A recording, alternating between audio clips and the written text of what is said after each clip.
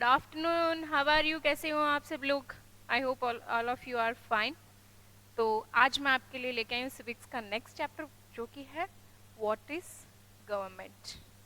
तो गवर्नमेंट होती क्या है, ये स्टार्ट करने से पहले मैं आपसे एक रिक्वेस्ट करना चाहती हूँ कि चैनल को सब्सक्राइब ज़रूर कीजिएगा और बेल आइकन प्रेस कीजिएगा, ताकि मेरे न्यू वीडियोस जो मैं डालने वाली हूँ वो अपडेट्स आपके पास सबसे पहले आ जाए।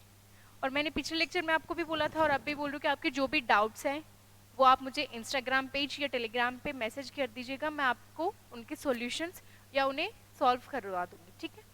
तो अभी क्वेश्चन आता है कि व्हाट इज गवर्नमेंट। ये अपने चैप्टर का नेम भी है और ये क्वेश्चन भी है, मतलब पूरा चैप्टर ही इस पे डिपेंड है कि व्हाट इज गवर्नमेंट। हम लोग डिस्कस करने वाले हैं कि गवर्नमेंट होते क्या है, how it works and what are its types. तो पूरा आज हम लोग गवर्नमेंट के बारे में पढ़ने वाले हैं। Okay, the basic lecture start from here, that what is government. Okay, अब हम लोग अपनी डेली लाइफ में देखते हैं कि हमारे पेरेंट्स जो है वो डिस्कस करते हैं कि अच्छा पापा बैठे हैं और चाचू भी बैठे हैं वहाँ पे, फिर पापा बोलते हैं अरे बीजेपी सरकार तो ऐसी है, बीजेपी की गवर्नमेंट ऐसी है। फिर वहाँ चाचू, अरे नहीं नहीं भाई, बीजेपी सरकार क्या, ये तो कांग्रेस की सरकार ऐसी है। बताओ, ऐसे ही इनके बीच में क्या चल रहा है, वो डिस्कशन चल रहा है। और वो किस चीज़ पे चल रहा है वो डिस्कशन, वो इस वर्ड पे चल रहा है जो कि है गवर्नमेंट। तो अभी क्वेश्चन ये रेज होता है कि गवर्नमेंट होता क्या है। क्या एक सिंगल पर्सन, जैसे कि पापा ने बोला कि बीजेपी, क्या बीजेपी गवर्नमेंट है? चाचू ने बोला कांग्रेस, क्या कांग्रेस गवर्नमेंट है? हम लोग सुनते हैं कि आपके कुछ हमारे फ्रेंड्स हैं या कुछ अपने घर पे जो लोग होते हैं वो गवर्नमेंट ऑफिसर्स होते हैं। ओके, क्या गवर्नमेंट ऑफिसर्स गवर्नमेंट है? चलो, ये पॉइंट क्लियर हुए यहाँ पे। अभी नेक्स्ट टर्म आता है नरेंद्र मोदी जी, जो डिस्कस हो रहा है, जिनके बारे में आजकल काफ़ी ज़्यादा, जो कि सीएम भी है। नरेंद्र मोदी, क्या ये गवर्नमेंट है? द्रौपदी मुर्मू प्रेसिडेंट, क्या ये गवर्नमेंट है? क्या बीजेपी गवर्नमेंट है? क्या कांग्रेस गवर्नमेंट है? क्या गवर्नमेंट ऑफिसर्स गवर्नमेंट कहलाए जाते हैं? क्या नरेंद्र मोदी जी की गवर्नमेंट में है, या क्या द्रौपदी मुर्मू गवर्नमेंट? तो ये क्वेश्चन रेज होता है, क्या ये सब लोग गवर्नमेंट हैं? इस क्वेश्चन का आंसर मिलेगा आपको नेक्स्ट स्टेप पे। तो चलो हम लोग चलते हैं अपने नेक्स्ट स्टेप पे। What is government? गवर्नमेंट होती क्या है? A system made of a group of people that takes care or manages a country. A system made by group of people that takes care or manages a country. ठीक है, ये word group. मैंने आपको बोला था क्या BJP government है, एक सिंगल बीजेपी गवर्नमेंट में कंसिडर नहीं की जाएगी। क्या कांग्रेस गवर्नमेंट है, नहीं की जाएगी। क्या नरेंद्र मोदी जी को कंसिडर कर लेंगे, नहीं करेंगे। क्या द्रौपदी मुर्मू को कंसिडर कर लेंगे, नहीं करेंगे। या आम जनता, पब्लिक, क्या पब्लिक गवर्नमेंट है? नो। इन सब का ग्रुप, इन सब का ग्रुप जो होता है उसे हम लोग गवर्नमेंट बोलते हैं। क्या गवर्नमेंट?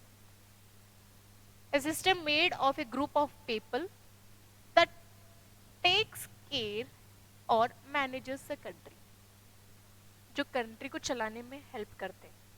ठीक है, जो कंट्री के लिए, कंट्री के बेटरमेंट के लिए रूल्स एंड रेगुलेशंस बनाते हैं और उन्हें इम्पोज करवाते हैं। तो ये होती है government, group of people that takes care और manages the country. Single person government consider नहीं किया जाता है। तो ये डेफिनेशन तो क्लियर हो गई आपको सबको बहुत अच्छे से।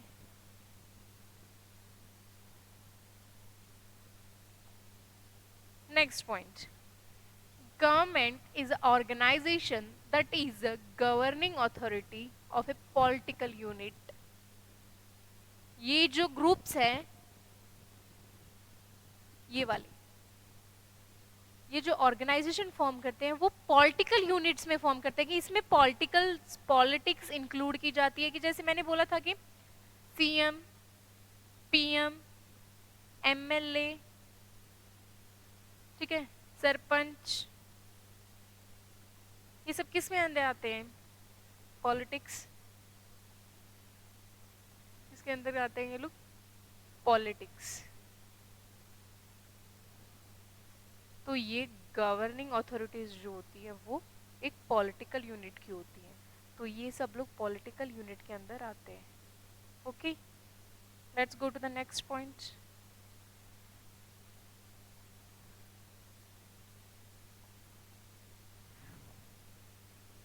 The ruling power in political society and the apparatus through which a governing body functions and exercises authority। तो ये जो रूलिंग पावर होती है वो एक पॉलिटिकल सोसाइटी में होती है जो कि फंक्शंस अप्रूव करवाती है और वो जो फंक्शंस करवाती है, ठीक है। The next point is that takes decisions and makes and enforces laws for the citizens of the country। ये इनका काम सिर्फ डिसीजन बनाना नहीं होता, ये डिसीजन बना के उसको इम्प्लीमेंट करवाता है कि वो एनफोर्स में लाया जाए। ये गवर्नमेंट का मेन वर्क होता है, ठीक है।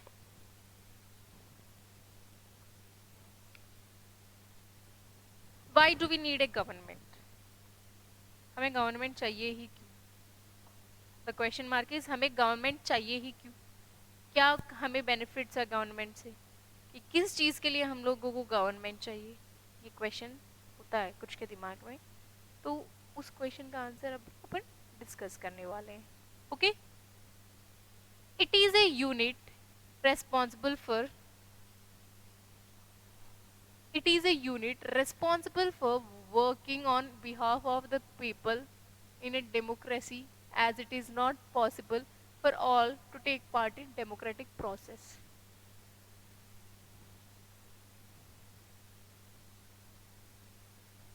एक पर्सन है, वो चाहता है कि मान लीजिए कि ट्रैफिक रूल्स में ये जो रूल है कि विदाउट लाइसेंस आप गाड़ी नहीं चला सकते हैं, वो नहीं है। इफ सपोज मान लीजिए अभी कुछ लोग हैं SXYZ, ये चाहते हैं कि ये रूल बना जाए, ठीक है। PQR, ये जो लोग हैं ये नहीं चाहते कि ये बना जाए। तो अभी ऐसे एक एक करके हम लोग इंक्लूड नहीं हो सकते हैं ना लॉस बनाने में, तो इन सबको रिप्रेजेंट करने के लिए एक इंसान खड़ा होता है वहां पे, जिसे हम लोग चूज करते हैं। तो इस लाइन का मीनिंग यही है कि it is a unit responsible for working. जिन लोगों को हम लोग चूज करने वाले हैं वो अपने बिहाफ पे, हमारे बिहाफ पे वर्क करने वाले हैं, हमारे जो पॉइंट्स हैं, हमारी जो जरूरतें हैं वो आगे पहुंचाने वाले हैं। कि जैसे सीएम है, सीएम पीएम तक पहुंचाएगा, या एमएलए सीएम तक पहुंचाएगा, फिर सीएम से वो पीएम के पास जाएगी, ऐसे a unit responsible for working on behalf of people in democracy. वो एक डेमोक्रेसी नेशन में, as it's not possible for all to take part in the democratic process, as I said, it's not possible for every individual to take part in the democratic process, so that's the reason we choose an individual and we send them ahead and they keep our points of views to the forward processes।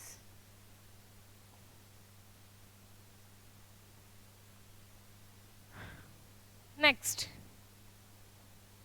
वो why do we need a government, ये तो explanation था। अभी इनके points देखते हैं। Okay, to protect the boundaries of the country. Best example India and Pakistan इस चीज के लिए लड़ रहे हैं, जम्मू एंड कश्मीर के लिए। जम्मू मेरा है, पाकिस्तान बोल रहा है नहीं नहीं नहीं जम्मू तो मेरा है।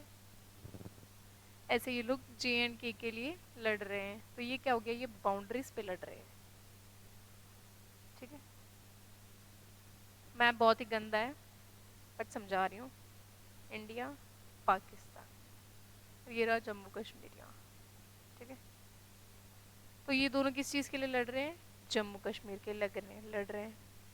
अब ये लड़ रहे हैं तो क्या हुआ, जो बाउंड्रीज है कंट्रीज की, जो पीपल है कंट्री में, वो डेंजर में है। अगर ये सेफ नहीं रहेगी तो जो रहने वाले लोग हैं वहाँ, वो कैसे सेफ रहेंगे? तो ये कैसे होगा कि दो नेशंस में पीसफुल बॉन्डिंग बनी रहे? वो पीसफुल बॉन्डिंग कैसे बनी रहेगी? जब गवर्नमेंट कोऑपरेट करेगी, जो इश्यूज है उनका सॉल्यूशन निकलेगा, तब जाके दोनों नेशंस में पीसफुल बॉन्डिंग बनी रहेगी। और इस पीसफुल बॉन्डिंग से उनके बीच में कोई आर्ग्यूमेंट्स नहीं होंगी, कोई वॉर नहीं होगा, तब कंट्री की बाउंड्रीज प्रोटेक्टेड रहेगी। अब जो आर्मी फोर्सेस हैं वो गवर्नमेंट के अंडर में आते हैं, वो डायरेक्टली नहीं तो इनडायरेक्टली बाउंड्रीज को, sorry it's they are protecting directly not indirectly, वो डायरेक्टली प्रोटेक्ट कर रहे हैं क्योंकि वो वहाँ रहते हैं बाउंड्रीज पे प्रोटेक्ट करने वाले, क्योंकि ये जो अगली जो कंट्री है वो कहीं वॉर ना छेड़ दें, कहीं वो कुछ दैट्स नॉट लीगल वो काम ना कर दें। Okay, the next point is to organize aids and assistance while natural disasters, floods, thunders, cyclones, earthquakes, ये जो नेचुरल डिजास्टर्स होते हैं, इनमें जब खूब सारे लोगों का बहुत सारा लॉस होता है, तब फूड, शेल्टर, क्लोथ्स, ईटीसी, ये कहाँ से आता है? हाँ, दैट्स अनदर पार्ट की कुछ जो हायर क्लास लोग होते हैं, हायर क्लास पीपल, वो भी डोनेट करते हैं। जैसे सोनू सूद, सोनू सूद सर ये कि बहुत ही मोटिवेटेड इंसान, मोटिवेशनल एंड इंस्पिरेशनल इंसान है सबके लिए, क्योंकि ये इन्होंने काफ़ी ज़्यादा डोनेशन किया है, जो कि बॉलीवुड इंडस्ट्री में इतना डोनेशन किसी ने नहीं किया है। वो पीपल वेलफेयर के लिए बहुत ज़्यादा काम कर रहे हैं, ठीक है। तो ये जो सब होता है उस टाइम कहाँ से आता है? कौन भेजता है? गवर्नमेंट। अगर ये गवर्नमेंट नहीं होती तो क्या ऐसा पॉसिबल है कि जितनी जनता है वहाँ पे, जितना क्राउड है, उनको सबको फूड मिल जाए, सबको शेल्टर मिल जाए? नो ना, ये जो काम होता है ये भी गवर्नमेंट का है। Next, to maintain law and order, to maintain law and order 18 साल से पहले,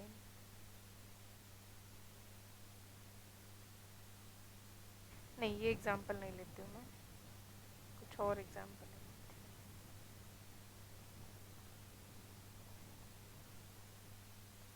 to maintain law and order, इसकी बात ये आती है कि लॉकडाउन लगा दिया गया है,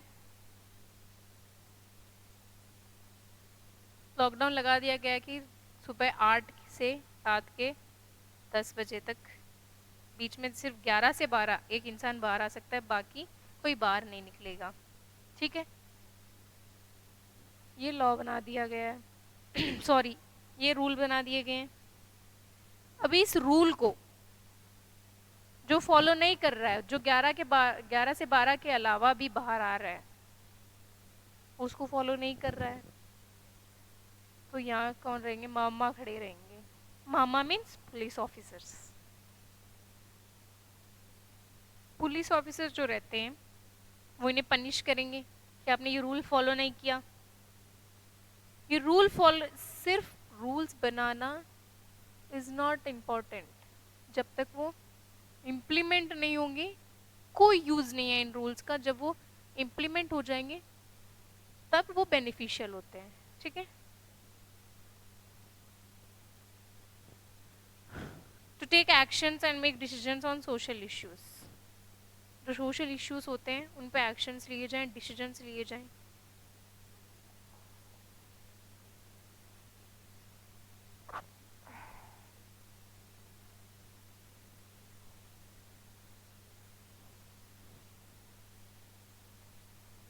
जो पॉइंट है वो वहां दिख नहीं रहा, तो मुझे स्क्रीन बड़ी करनी पड़ रही है। Developing and maintaining economic strength in the society. Developing and maintaining economic strength in the society, जो कि सोसाइटी की इकोनॉमिक स्ट्रेंथ की ऐसे लग रहा है कि इस चीज से अपनी सोसाइटी की इकोनॉमिक स्ट्रेंथ नीचे जा रही है, तो उसे कट ऑफ करके वहां कोई और प्रोसीजर लगाया जाए। ऐसे इकोनॉमिक स्ट्रेंथ मेंटेन करना और ये सोचना कि किस चीज से इकोनॉमिक स्ट्रेंथ अपनी कंट्री की या सोसाइटी की इंक्रीज होगी।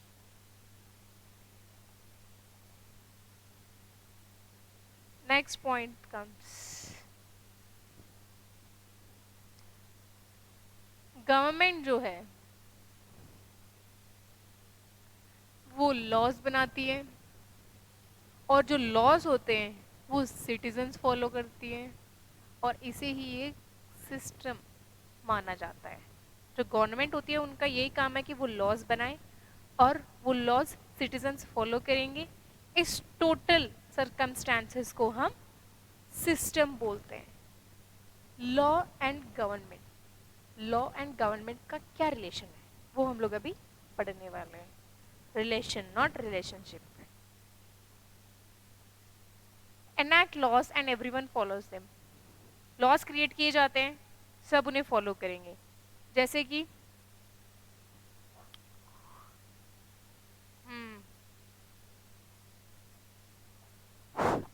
हाँ, चाइल्ड लेबर, ये लॉ है कि 18 साल के नीचे का बच्चा अगर कोई काम कर रहा है या उसे कोई काम करवा रहा है जबरदस्ती, फोर्सफुली, ठीक है, तो ये क्राइम है। और यहाँ जो लॉ था कि काम नहीं करवा सकता है, वो लॉ फॉलो नहीं हो रहा है। ठीक है, ये लॉ फॉलो नहीं हो रहा है, तो what's the problem here, what's the problem, किसकी प्रॉब्लम है?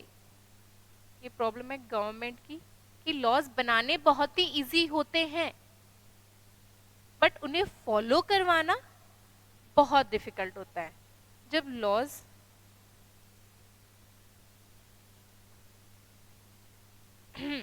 फॉर्म हो रहे हैं तो उन्हें फॉलो करवाना भी गवर्नमेंट का ही काम है। ठीक है, without laws the government power to make decision is not of much use. कोई लॉ ही नहीं बनाया है उन्होंने, सपोज XYZ, ये कोई क्राइम है, अभी यहाँ कोई लॉ नहीं बना है, इसके रिगार्डिंग कोई लॉ नहीं बना है। अब पुलिस आके आपको अरेस्ट करती है, क्या तुक बनता है इस बात का? नथिंग। क्योंकि आप आगे से बोल सकते हो कि अब या तो आपने कोई लॉ ही नहीं बनाया है इस क्राइम के लिए, तो आप मुझे अरेस्ट किस चीज पे कर रहे हो?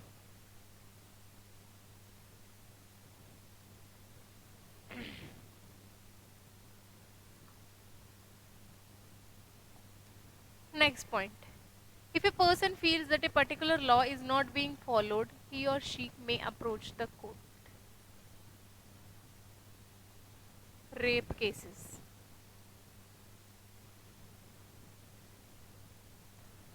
जब लड़की को ऐसे लग रहा है कि कोई लड़का जो उनके साथ जबरदस्ती कर रहा है, जो कि लॉ के खिलाफ है, कि कोई लड़की के साथ कोई इंसान जबरदस्ती नहीं कर सकता है, चाहे वो लड़का हो लड़की हो, किसी के साथ कोई जबरदस्ती नहीं कर सकता है। अगर कोई एक्स एक लड़की है, उसके साथ वाई एक लड़का है जो कि जबरदस्ती कर रहा है, तो ये एक लॉ ब्रेक हो रहा है। और ये लॉ ब्रेक हो रहा है तो ये एक्स, ये लड़की के पास पूरे अधिकार है कि वो कोर्ट के पास जाए कि आपके जो बने हुए लॉस हैं वो फॉलो नहीं हो रहे हैं और मेरे साथ गलत हुआ है।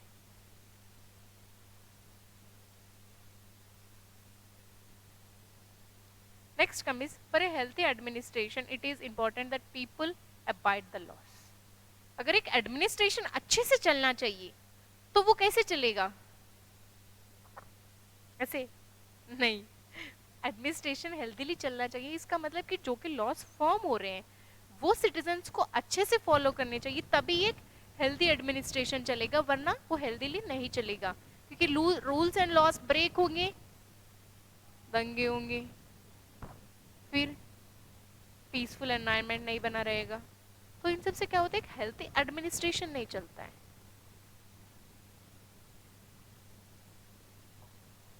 Next, just like the government has the power to enforce its decisions as it has the power to make the decision, जितनी पावर उनके पास डिसीजन बनाने में है, उतनी उन्हें एनफोर्स कराने में भी है। ये नहीं है कि लॉ लॉ बना के छोड़ दी। अभी गवर्नमेंट के पास पावर है कि 8 से 12, सुबह 8 से दोपहर के 12 बजे तक कोई बाहर नहीं आएगा, ठीक है। तो ये डिसीजन बना दिया। अब उनके पास पावर भी है कि लोग अगर जो कोई बाहर निकल रहा है, if a person is coming out, then it has the power that to stop them. Armed forces,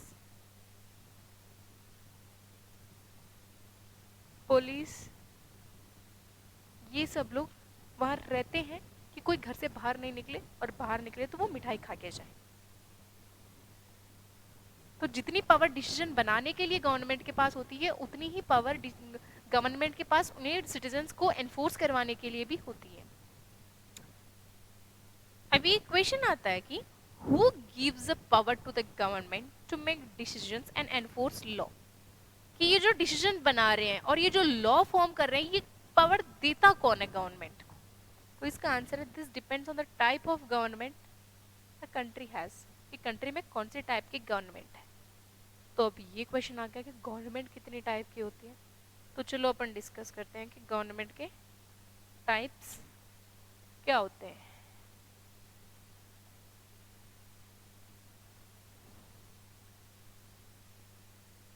ठीक है,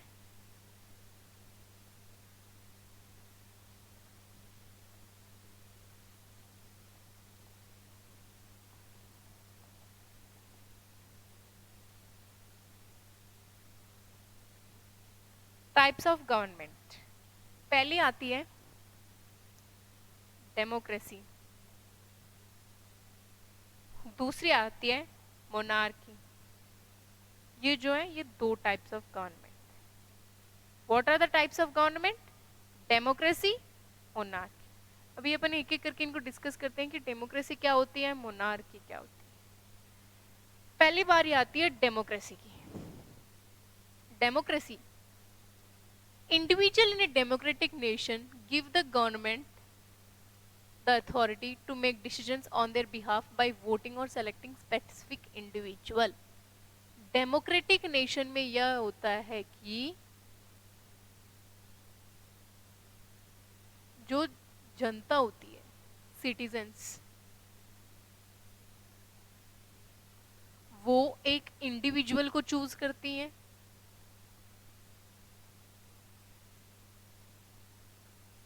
इस इंडिविजुअल को वो चूज करती हैं ताकि इनके जो पॉइंट ऑफ व्यूज है,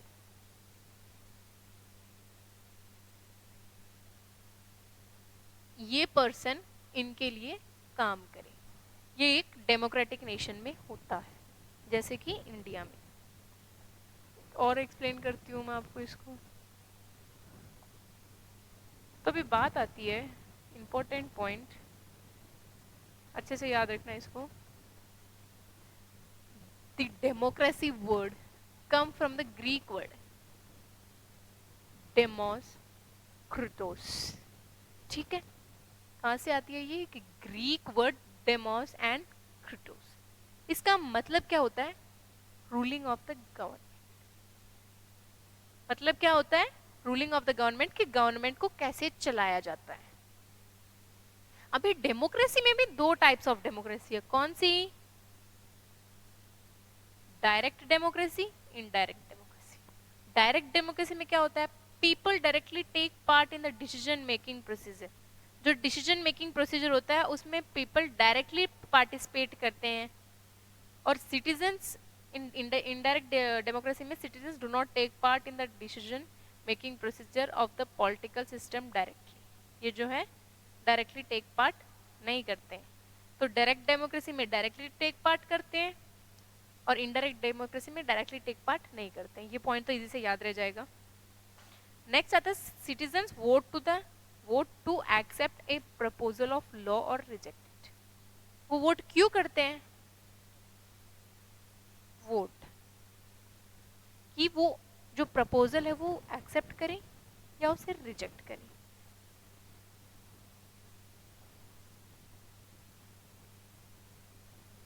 every matter is decided on the basis of opinion of the citizens.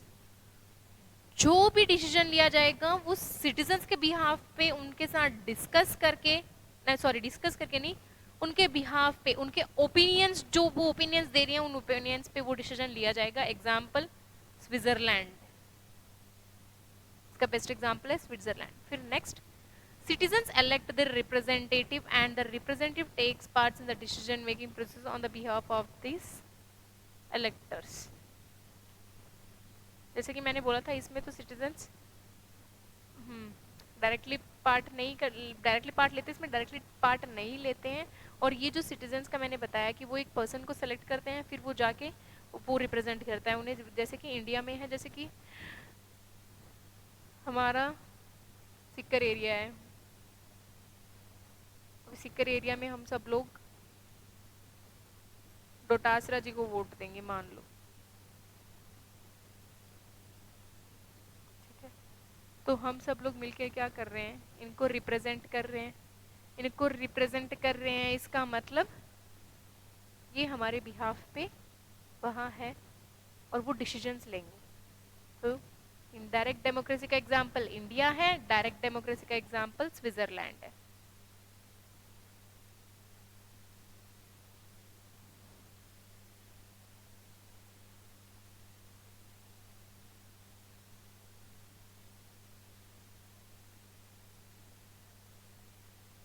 एक मिनट की स्लाइड्स कंफ्यूज हो गई है, स्लाइड्स चेंज कर दिए सर आपने।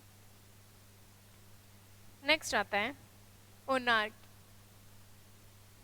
ये होती क्या है? पहली टाइप थी डेमोक्रेसी, वो हो गई है अभी है मोनार्की। ये भी टाइप ऑफ गवर्नमेंट है। Monarchy refers to the rule by a king और queen, they has power to make decisions and run the government. यहाँ वोटिंग नहीं होता है। जो एक बार राजा बन गया, ही इज द उस्ताद, वही उसकी जो फैमिली है वो आगे प्रोसीड करती जाएगी। जैसे कि क्यों अकबर, उनके एग्जाम्पल क्यों लें हर बार, चलो कुछ और करते हैं। मैं पूनम, ठीक है, मैंने यहाँ रूलिंग करना शुरू कर दिया। मेरी एक डॉटर है रजनी, या सन है हिटलर। जस्ट एन एग्जाम्पल दे रही हूँ मैं। मेरी डेथ हो गई तो मेरा सन जो है मेरे किंगडम को चलाएगा।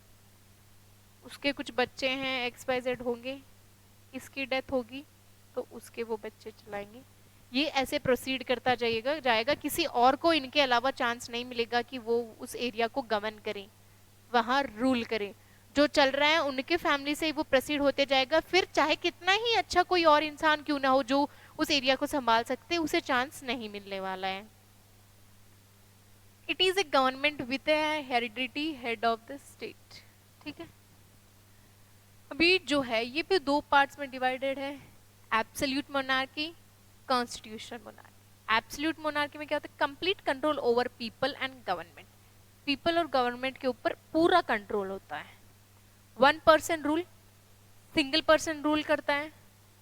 The ruler continues ruling until death. जैसे कि मैंने बताया था, जब तक मेरी डेथ नहीं होगी तब तक मैं रूल करूंगी, और जैसे मेरी डेथ हो जाएगी मेरी अगली जो पीढ़ी है उसको वो प्रोसीड कर दिया जाएगा। Power is based on through blood line, जैसे अगली पीढ़ी का मैंने बता दिया आपको ऑलरेडी। नेक्स्ट ये जो नीचे पॉइंट्स है वो आगे कवर करूंगी मैं। A monarchy where the power of the king और queen is limited by the law. A monarchy where the power of the king और queen is limited by the law. जो लॉ है उसके अकॉर्डिंग ही उनकी power limited होगी। may have a document set of laws for governing constitution और unwritten. एक document का सेट होगा उनके पास या कॉन्स्टिट्यूशन लॉज होंगे जो उन्हें फॉलो करके ही रूल करने हैं. Create second branch of government to advise और to vote on the law. ये XYZ एक ब्रांच है, मैंने ये लॉ से रीड किया, मैं इसके ऊपर डिसीजन लेने वाली हूँ. नहीं, एक और ब्रांच होगी जो आपको बताएगी कि जो आप ये करने वाली हो ये सही है या गलत है. ठीक है. मोनार्किस बिकम सेरेमोनियल, ये सेरेमोनियल हो जाते हैं.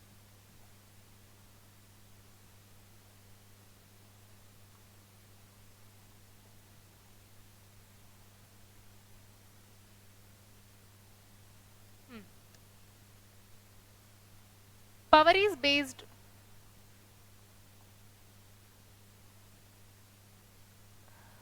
Power is based on through blood line हो गया ये.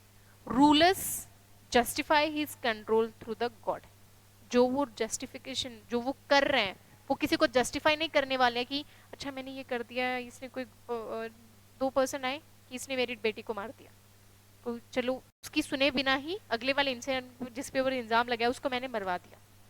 फिर मुझे रियलाइज हो रहा है कि ये मैंने गलत किया है, तो फिर मैं भगवान ये मेरे से गलती हो गई, अगली बार ये गलती नहीं होगी. ये जो जस्टिफिकेशन है वो सीधा ऊपर वाले को देते हैं.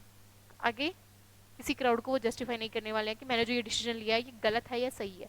अगर जिस इंसान को मैंने मरवाया उसकी फैमिली आके मुझे क्वेश्चन कर रही है तो I don't have the rights to answer them, या मेरी वो कोई रिस्पॉन्सिबिलिटी नहीं है कि मैं उन्हें वो आंसर करूं.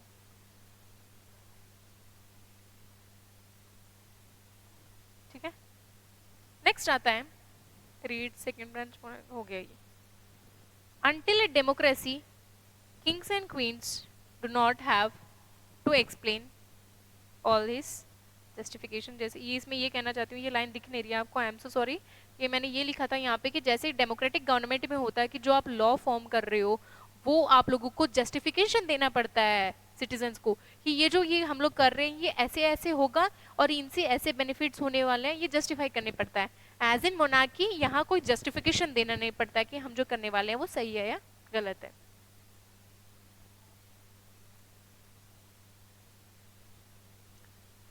The elected government in democracy is answerable to its people for its decision. जैसे कि डेमोक्रेटिक गवर्नमेंट में जिस पर्सन को हम लोगों ने इलेक्ट किया है अगर वो कुछ कर रहा है तो उसका वो काम बनता है, उसकी वो ड्यूटी बनती है कि वो हमें आंसर करे ये ऐसे क्यों कर रहा हूँ. नेक्स्ट आता है representative government. People do not participate directly but they choose the representative during elections for the decision making process. ये मैंने आपको समझा दिया गया कि जैसे हम किसी एक पर्सन को सेलेक्ट करते हैं कि ये हमारे बिहाफ पे खड़े होने वाले हैं वहाँ पे. Type of democracy in which the citizens delegate authority to their representatives. Representative democracy क्या होता है?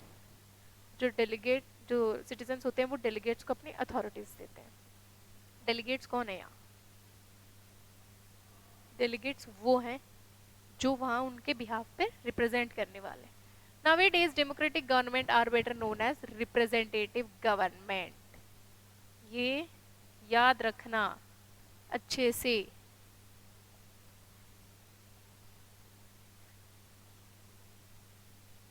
Democratic government is equal to representative government. Democratic government को ही हम रिप्रेजेंटेटिव गवर्नमेंट बोलते हैं. जैसे कि एग्जांपल है यूनाइटेड नेशन में यूनिटरी पार्लियामेंट्री कंडीशनल मोनार्की है, इंडिया में ए फेडरल पार्लियामेंट्री रिपब्लिक है, फ्रांस में यूनिटरी सेमी प्रेसिडेंशियल रिपब्लिक है. ऐसे नेक्स्ट आता है democratic government. India is a representative government. कुछ देर मैंने बताया था कि रिप्रेजेंटेटिव गवर्नमेंट ही डेमोक्रेटिक गवर्नमेंट होती है. People are eligible to vote and elect their representative through universal adult franchise. जो पर्सन एलिजिबल है वोट करने के लिए वो वोट कर सकते हैं किस चीज के अकॉर्डिंग? Universal adult franchise. ठीक है. अब ये यूनिवर्सल एडल्ट फ्रेंचाइज क्या होता है? ये होता है all the citizens who are 18 years and above irrespective of their caste, education, religion, color and economic conditions are free to vote. जो इंसान 18 साल या 18 साल के ऊपर है, चाहे वो किसी कास्ट का हो, चाहे वो किसी रिलीजन का हो, चाहे कितनी भी उसकी एज हो, चाहे कैसा भी उसका कलर हो, चाहे कैसी भी उसकी रिप्रेजेंटेशन हो, बट उसे राइट है कि वो वोट कर सके। कौन? जो 18 इयर्स का है या 18 से अबव है। अब आता है सफरेज मूवमेंट। सफरेज मूवमेंट होता क्या है? During the first world war men were away fighting, so women were called for the several works, started handling those kind of works, and that's when people started noticing the unfair stereotypes. First world war के समय जो male person होते थे वो war पे जाते थे, तो काफी जो काम होते थे उस काम वो काम करने के लिए वुमेन्स को बुलाया जाता था, और ये देखा जा रहा था कि वुमेन्स वो काम कर पा रही है, तो स्टीरियोटाइप्स जनरेट हो रहे थे उनके अंदर कि अच्छा ये वुमेन, अच्छा ये औरत है, ये ऐसे औरत हो कि ये ऐसे कैसे काम कर सकती है, ये तो मर्दों का काम है। ऐसे स्टीरियोटाइप्स क्रिएट हो रहे थे that had been going on, so women were seen as equally capable for making decision as men. In stereotypes बनाए जा रहे थे, फिर भी ये चीज नोटिस में आई कि वुमेन्स में भी इतनी कैपेबिलिटी है, जो मेन जो काम करते हैं वो वुमेन्स भी कर सके, कोई कम नहीं होता है। Suffrage started demanding the right to vote for all women. This movement is called suffrage movement. इस मूवमेंट में क्या होता है कि वोटिंग फॉर वुमेन डिमांड की जाती है। Voting for women, the world suffrage means right to vote, और वो वोट किस चीज के लिए फाइट कर रहे थे कि वुमेन्स को भी वोटिंग राइट मिले। All over Europe and USA womens and the poor demanded by law in national and local elections. सब वुमेन्स में, यूरोप के वुमेन्स, यूएसए के वुमेन्स, ऐसे सारे वुमेन्स ने मिलकर कहा कि हमने नेशनल और लोकल इलेक्शंस में वोटिंग राइट्स मिलने चाहिए हमें।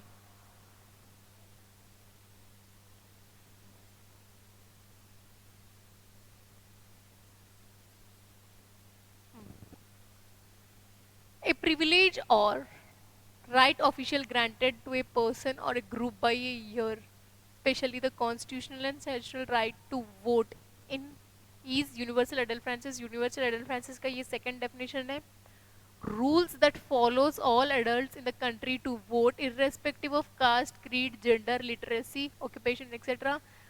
जो रूल यूनिवर्सल एडल्ट फ्रांसिस वो एक ऐसा रूल है जो कि सभी एडल्ट्स को वोट करने के लिए चांसेस दिए जाए, चाहे उसका कोई भी कास्ट क्यों ना, कोई भी क्रीड, जेंडर, लिटरेसी, ऑक्यूपेशन ज़्यादा पड़ा हुआ है या नहीं, या वो चाहे फार्मर ही क्यों ना हो, चाहे फिर एमएलए क्यों ना हो, सबको वोटिंग राइट्स दिए जाने चाहिए। Minimum age to practice franchise in India is 18 years. 18 years इसकी मिनिमम एज है। In 1920, point to be noted my lords, in 1920 American women were granted to vote. 1920 में अमेरिकन वुमेन्स को वोटिंग राइट्स मिल गए थे। 1928 women in United Kingdom were granted. 1928 में United Kingdom के womens को वोटिंग राइट्स मिल गए थे, ये याद रखना बहुत ही इंपॉर्टेंट है। Before independence only a small minority was allowed to vote. Independence से पहले बहुत ही कम माइनॉरिटी के पीपल जो थे उन्हें वोटिंग का राइट्स दिए गए थे, and they therefore came together to determine the fate of majority, कि ये सिर्फ माइनॉरिटी में नहीं, मेजॉरिटी में सबको ये राइट्स मिलने चाहिए। Several people, including Gandhiji, was shocked by the unfairness of this practice and demanded that all the adults have the right to vote. जैसे कि बहुत ही मेजॉरिटी में वोटिंग राइट दिया गया था, तो गांधी जी भी इस चीज के खिलाफ थे कि ये मेजॉरिटी में नहीं, सभी एडल्ट्स को चांस देना चाहिए कि उन्हें वोटिंग राइट्स मिले। तो हम लोग अभी महात्मा गांधी जी की स्टोरी पे चलते हैं। Writing in the journal young India, young India के जर्नल में उन्होंने लिखा, 1931 में गांधी जी ने लिखा था, I can not possibly bear the idea. मैं ये आइडिया को बिल्कुल भी सपोर्ट नहीं कर सकता हूँ, और ना ये आइडिया मैं देख सकता हूँ होते हुए, that A man who has got wealth should have the vote. जिसके पास पैसे हैं, जिसके पास बहुत ही ज्यादा वेल्थ है, वो वोट कर सकता है, but a man who got character but no wealth और literacy should have no vote. जिसके पास एक साइड कि जिस पर्सन के पास वेल्थ है वो वोट कर सकता है, दूसरी साइड जिसके पास एक बहुत ही अच्छा कैरेक्टर है बट वेल्थ और लिटरेसी नहीं है तो वो वोट नहीं कर सकता। क्या ये कोई लॉ है? Is it really logical? No. तो गांधी जी इन चीज के खिलाफ थे, वो ये अपने जर्नल में लिख रहे हैं।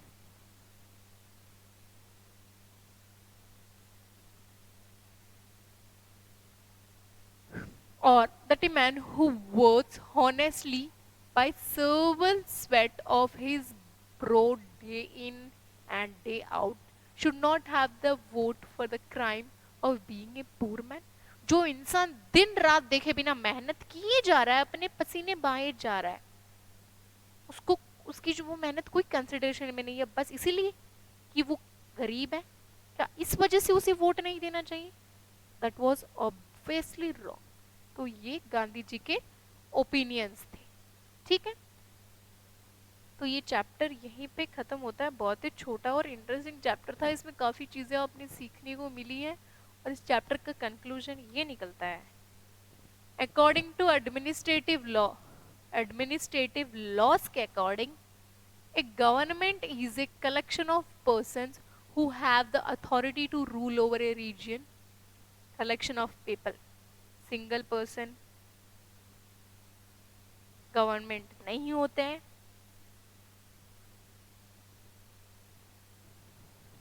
ये जो कलेक्शन है ग्रुप, ये गवर्नमेंट होती है। ठीक है, ए नेशन, ए स्टेट और ए प्रोविंस विथ ए कंट्री और ए रीजन में constitute this area। okay,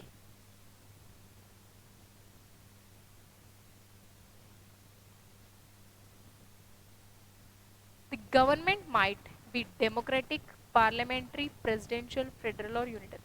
जो गवर्नमेंट है वो डेमोक्रेटिक भी हो सकती है, पार्लियामेंट्री भी होती है, प्रेसिडेंशियल भी होती है और फेडरल और यूनिटरी भी होती है। ठीक है, ये चैप्टर एंड नहीं हुआ है, एक स्लाइड मिस हो गई है, आई एम सो सॉरी। और वो स्लाइड है लेवल्स ऑफ गवर्नमेंट वाली साइड, ये मैंने बीच में मिस कर दी थी। ये मैंने मिस कर दी थी। हम लोग एक बार, सॉरी फॉर दिस, बट एक बार डिस्कस कर लेते हैं कि India is a representative democracy where people are eligible to vote elect representative. India एक डेमोक्रेटिक नेशन है जहाँ सब लोगों के पास राइट टू वोट है और वो रिप्रेजेंटेटिव को अपने इच्छा के अनुसार चूज कर सकते हैं। तो इंडिया एक बड़ी वास्ट कंट्री है और इस वास्ट कंट्री में government works at different level. ऐसा नहीं है कि एक ही जगह पे बैठ के पूरी कंट्री को हम लोग भगा रहे हैं, चला रहे हैं, नहीं पॉसिबल है ना। तो ये लेवल्स ऑफ गवर्नमेंट आते हैं कि कौन से लेवल पे गवर्नमेंट क्या क्या काम कर रही है। तो फर्स्ट आता है स्टेट लेवल, फिर सेंट्रल लेवल, फिर लोकल लेवल। स्टेट लेवल में क्या चीज़ें आती है? स्टेट लेवल में जैसे सीएम जो है इसका हेड होता है, वो state owns police force, education system and road etc. State level के अंडर पुलिस पावर होती है, एजुकेशन सिस्टम को रन करने की पावर होती है, रोड ऐसे एक्सेट्रा वर्क्स करने की स्टेट लेवल के अंडर ये चीज़ें आती हैं। फिर सेंट्रल लेवल में issues such as taxation, defense, international relations and trade। Taxation की कि टैक्स कहाँ कितना भरा गया है, कितनी ब्लैक मनी है, वो सेंट्रल लेवल पे वर्क होती हैं।